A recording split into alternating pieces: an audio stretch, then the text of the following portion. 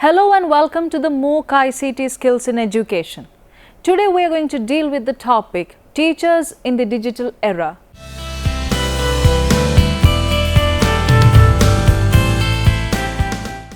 The teachers are one of the largest group of trained professionals in the world. In everywhere, good education requires good teachers. Teachers must learn to use the new information technologies and more will be expected of future teachers. Educational reforms intended to confront the challenges of the future must reach the educational establishment and the classroom. Awareness of this fact means that the teacher plays the key role in the future process of transforming education. The experience of recent decades has confirmed that it is not possible to continue reforming educational systems without taking the teachers into consideration, but on the contrary, it was confirmed that we cannot ask teachers to change without education itself changing. The success of educational policies depends to a greater extent on the integrated nature of their training. The regional discussions of the UNESCO's 45th session of the International Conference on Education 1996 ICE observed the professionalization of teaching activity is the best long-term strategy to improve the outcomes of education and at the same time the working conditions of teachers. Pre-service and in-service training. It should be profoundly modified so as to enable teachers to gain mastery of the whole range of educational strategies adapted to the wide diversity of learning situations with which they will be confronted in carrying out their duties. This diversity and wide range of situations can only be managed by teachers working as a team and not as an isolated individual. Teachers must learn to use the new information technologies. Teachers will be appreciated not only for their knowledge and purely technical skills but also their personal qualities. Today, teacher morale had gone down almost everywhere. Standards have dropped and commitment is slowly being eroded away. The remedy is that candidates entering teacher education programs should be selected for their moral and intellectual suitability. During their training, teachers should also be introduced to research methods as well as the use of computers. In Indian context, the rural-urban disparity is there. Many teachers work in rural communities. It was suggested that they should be offered special concessions in recognition of the difficulty faced by them. As custodians of education as a public good, the policy and resourcing of education rest ultimately with the governments, as does the direction of educational change in an evolving world. But the management of that change should involve teachers' commitment to educational change. It is necessary that a legislation so as to render laws more appropriate to the multiple roles of teachers and to grant them adequate autonomy, making it easier for them to fulfill their new roles. The necessary measures should also be taken to involve teachers in planning and developing educational programs. The enormous potential represented by new information and communication technologies to improve education was recognized. Education systems must incorporate and learn to master them in order to avoid any subservience to technology, culture, or economy, as well as any risk of the school being isolated to the fringes compared with other sections. The report of the International Commission on Education for the 21st Century remarked, "Good education requires good teachers." In addition, the terms of their sheer numbers, teachers are very important. UNESCO's World Education Report 1995 indicates that throughout the world there are 53 million teachers in primary and secondary schools alone, and this number will continue to increase. The world continues to experience constant change, there being unprecedented upheavals in the socio-political and economic domains. Internationalization, globalization, knowledge explosion and technological advances are influencing all nations and regions of the world. In the light of such change, all countries are undertaking a critical reassessment of their education systems. Education is seen as pivotal in dealing successfully with these changes, facilitating economic development, social cohesion, peace and tolerance. Since the quality and effectiveness of any education system ultimately depends upon the quality and effectiveness of teachers, one of the key successes which is attracting the attention of all countries is how best to accommodate the changing role and demands placed on teachers, which have implications for their recruitment, training, reward structure and the development of a new teacher profile. New information technologies and teachers. There is agreement from all regions that new information technologies have already began or will provide a challenge of considerable importance to education systems, schools and teachers.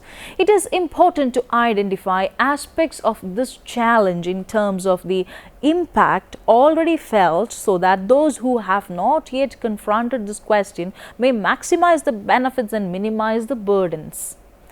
One of the features of the advent of new information technologies are simply the size and diversity. Schools and teachers are now regarded as the sole repositories of knowledge. What will be their status in future? How can and will they be relevant? If these were not enough, there is the technology attending this information explosion with its computers, language and skill demands. New information technologies provide the means for changing the face of teaching, both in systematic terms and in localized setting of the school and classroom. New information technologies bring with them new subject for the curriculum such as computer education. Teachers and methods for teaching are forced to change with the advent of new information technologies. The streamlining of administrative processes to provide better means of both storing and networking information becomes very possible with the use of new technologies.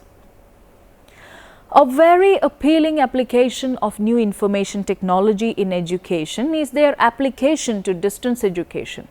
This appeal arises from the large number of persons who can be accommodated at seemingly lower costs. The issue of cost effectiveness of distance education for teacher development requires more analysis. Changing demands. Teachers are confronted by a set of changes which lead to contradictory demands on them from society. In short, that is a commitment to education for all, EFA, an extension of the period of initial schooling, recognition of the growing importance of lifelong education, more emphasis on general education for children and young people which prepares them for life rather than providing vocational skills of specific jobs. Increasing emphasis on teamwork and cooperation. A consensus that general education should include attention to the environmental issues, tolerance and mutual understanding. There has been increasing recognition of the importance of the status of teachers. The vast majority of teachers believe that they do not receive the moral and material recognition appropriate to their qualifications and responsibilities. UNESCO recommended that the status of teachers should be commensurate with the needs of education as assessed in the light of educational aims and objectives.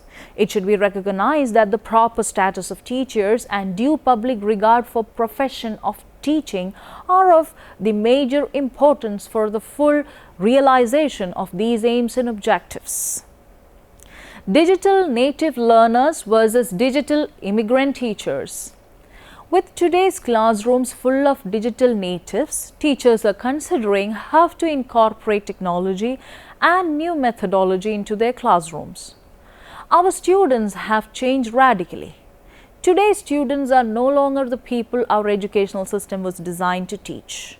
Today's students have not just changed from those of the past, nor simply changed as has happened between generations previously. Things have changed so fundamentally that there is absolutely no going back.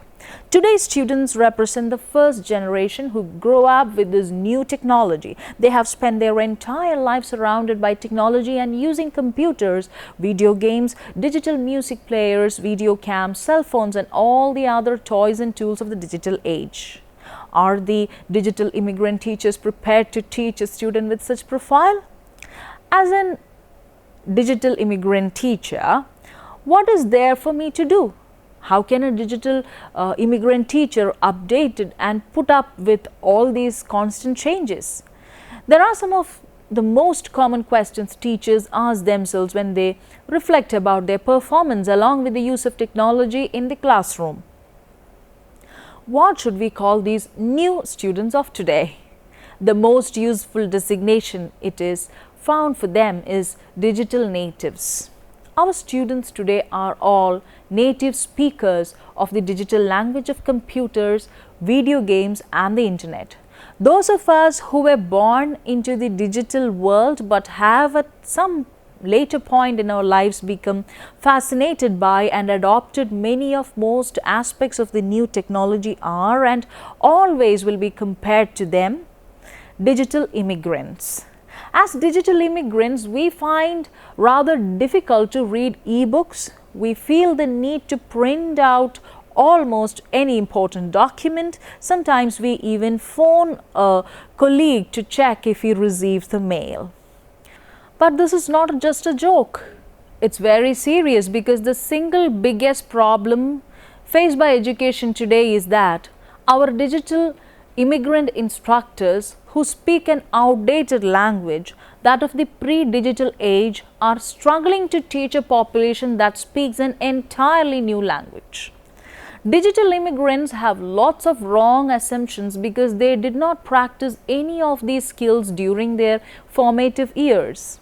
The majority of university professors and elder teachers were educated without the personal computer, smartphone, or tablet. The majority of current students regularly use these devices in school and universities. Does this gap make a difference to learning? This present paper addressed this question. The term digital native was coined and popularized by contemporary American writer and speaker Mark Prensky in his 2001 article entitled Digital Natives. Digital immigrants, in which he relates the educator's failure to understand the needs of modern students. His article posited that the arrival and rapid dissemination of digital technology in the last decade of the 20th century had changed the way students think and process information, making it difficult for them to excel academically using the outdated teaching methods of the day. In other words, children raised in a digital media saturated world require a media rich learning environment to hold their attention, and Prensky named these children digital natives. Prensky did not strictly define the digital native in his 2001 article, but it was later applied to children born after 1980. Different approaches to educate the digital natives. Due to the obvious divide set between digital natives and digital immigrants, sometimes both generations are forced to meet, which commonly result in conflicting ideologies of digital technology. The everyday regime of work life is becoming more technologically advanced with improved computers in offices, more complicated machinery in industry, etc. With technology moving so fast, it is hard for digital immigrants to keep up. This creates conflicts among respected elder teachers with the increasingly younger workforce. Similarly, parents clash with their children at home over gaming, texting, YouTube, Facebook, and other internet technology issues. Much of the world's new generation members are digital natives. There is a substantial difference between digital natives and non-digital natives in terms of how people see relationships and institutions and how they access information. Education is the single largest problem facing the digital world, as our digital immigrant instructors who speak an outdated language are struggling to teach a population that speaks an entirely new language. Digital natives have had an increased exposure to technology, which has changed the way they interact and respond to digital devices. In order to meet the unique learning needs of digital natives, teachers need to move away from traditional teaching methods that are disconnected with the way students learn today. So, technology preparation for teachers must be at the forefront of the educational reforms. However, immigrants suffer complications in teaching natives how to understand an environment which is native to them and foreign to immigrants. Teachers not only struggle with proficiency levels and their abilities to integrate technology into the classroom, but also display resistance towards the integration of digital tools. Since technology can be frustrating and complicated at times, some teachers worry about maintaining their level of professionalism within the classroom. Teachers worry about appearing unprofessional in front of their students. Although technology presents challenges in the classroom, it is still very important for teachers to understand the unique affordances these digital tools have for students. To meet the unique learning needs of digital natives, it is suggested that digital tools are able to respond immediately to the natural, exploratory, and interactive learning style of students today. Some different approaches to educating the digital native is shown in the figure. The figure shows approaches to educating the digital native. Educators need to reconsider both methodology and content. As educators, we need to be thinking about how to teach both in the language of the digital natives. The first involves a major translation and change of methodology. The second involves all that plus new content and thinking. We need to invent digital native methodologies for all subjects at all levels, using our students to guide us.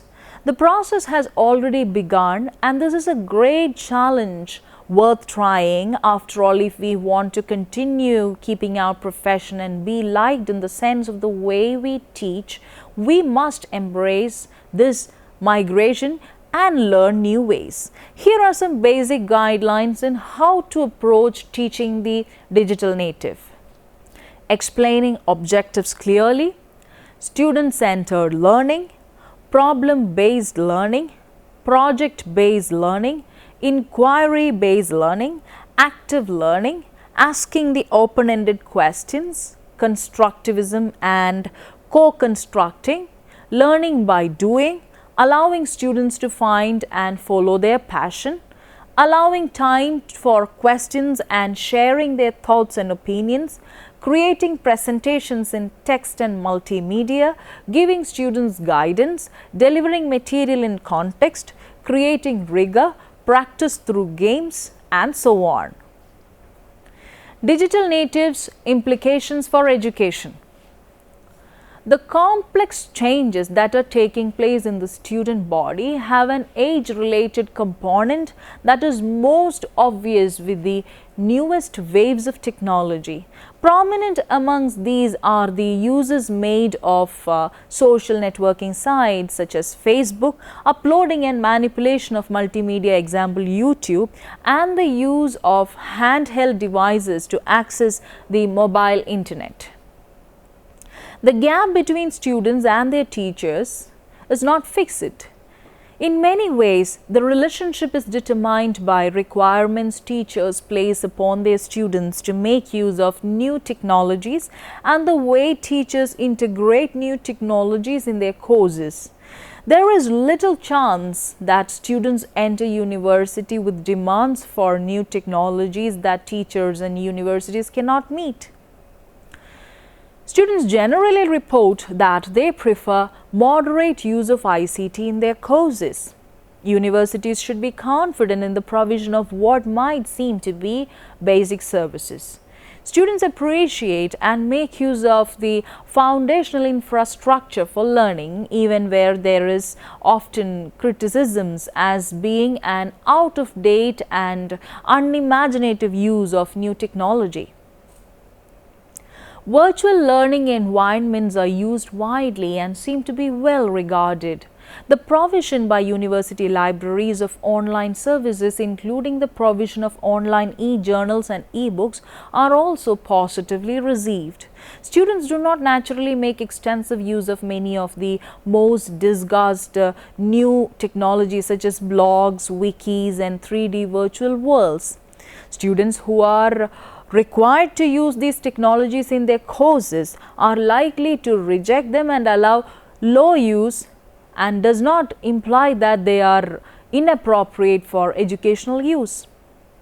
The key point is that there is not a natural demand among students that teaching staff and universities should feel obliged to satisfy. The development of university infrastructure, such as new kinds of learning environments, for example, personal learning environments, should be choices about the kinds of provision that the university wishes to make. Young students do not form a generational cohort that they do not express consistent or generationally organized demands. Digital immigrants with digital natives. Closing the gap.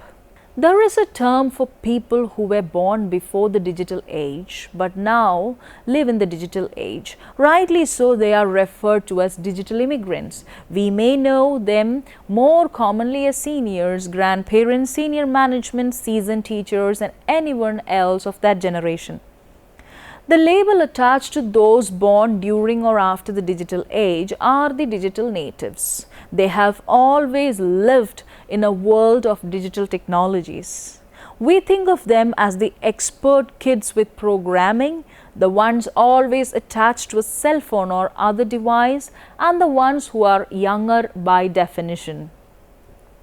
By contrast, the digital immigrants are those who have slowly adapted to web surfing, emailing, texting, and the instant of world of social media and on-demand entertainment. In the educational world, you can have a mix of immigrants and natives, and it may seem that a generation gap exists. But as more and more immigrants immerse themselves in the digital world, the gap is closing and perhaps disappearing.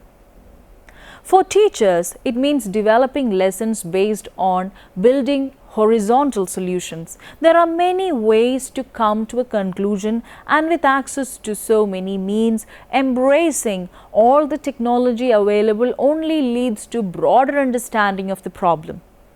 Including a place for values in lessons will also allow a deeper connection to the problem and the solution. Digital natives are driven by productivity. Digital natives are driven by productivity. Their goal-oriented working style may seem aggressive and competitive, so incorporating more values in the process may be a good strategy. Now let me summarize the session. As a conclusion, technology is here to stay. Teachers must act with an open mind so that there could be a possibility of bridging the digital gap. With understanding, we can help our students navigate through the dark sides of technology. With open hearts, we can make home, school, and the workplace less conflicted and more harmonious. With consciousness, we can achieve a healthy relationship to digital technology and a healthy balance between our non-line and offline lives. The successful teachers of the 21st century will recognize that these will be an ongoing challenge. To avoid consistent frustration, they must not be at odds with the youngsters in their classrooms. Instead, 21st century teachers will accept the embedded preferences of our youngsters and adjust accordingly. Children learn best when they themselves are the virtual actors in the experience. In the actual experience, they see the things themselves directly in their actual form and hear about the things directly. Thank you for watching today's program. Have a nice day.